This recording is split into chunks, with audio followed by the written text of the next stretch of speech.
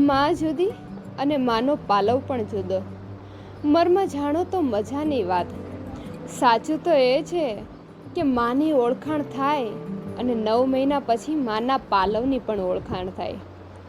દૂધ પીવડાવતી વખતે એ પાલવ આપણા પર ઢંકાય અને ત્યારે જ આપણે સ્વસ્થ થઈએ. ત્યારથી જ એ આપણને ખૂબ નજીકનો લાગવા લાગે.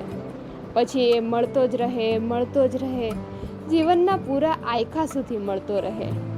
નિશાળના પહેલા દિવસે એ રૂમાલ થાય, ઉનાળામાં એ ટોપી થાય, વરસતા વરસાદમાં પલળીને આવતા એ ટુવાલ થાય, ઉતાવળે જમીને રમવા માટે ભાગતી વખતે એ નેપકિન થાય, મુસાફરીમાં એ જ પાલવ આપણી સાલ થાય અને બજારમાં ભરચક ગીર્દીમાં માં ક્યારેક દેખાય કે ન દેખાય, પણ એ પાલવનો છેડો પકડીને આપણે બિંદાસથી ચાલી શકીએ.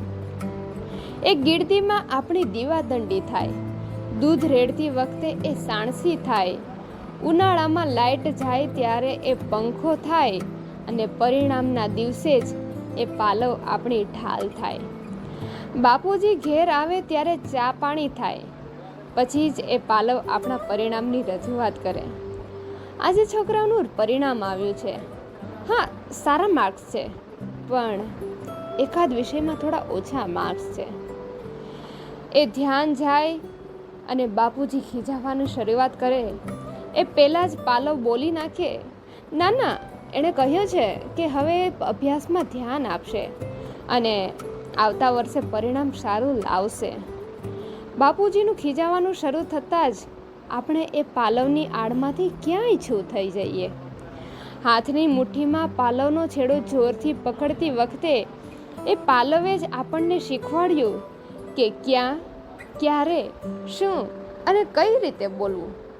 તરુણ વયમાં જ્યારે આંગળીએ ઘટ વાળીને પાલવ ખેંચીએ અને આંગળીમાં એને વીંટીએ ત્યારે જ બા પૂછી લે, કોણ છે? નામ તો કે, સરનામું કે, હા મોબાઈલ નંબર તો હશે જ ને, લાવ હું વાત કરી લઉં. ત્યારે શરમાઈને આપણે મોઢું પાલવમાં જ ઢાંકી દેવું પડે અને શબ્દો બહાર લાવવા પડે.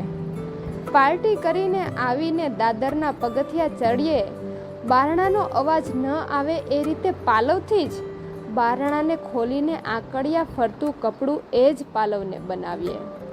આંકડિયાનો અવાજ બિલકુલ દબાવીને અને એ દબાયેલા અવાજે જ આપણને નૈતિકતાનું શિક્ષણ આપ્યું. પાલવ પાસેથી જ આપણે શીખીએ સહજતા શું છે.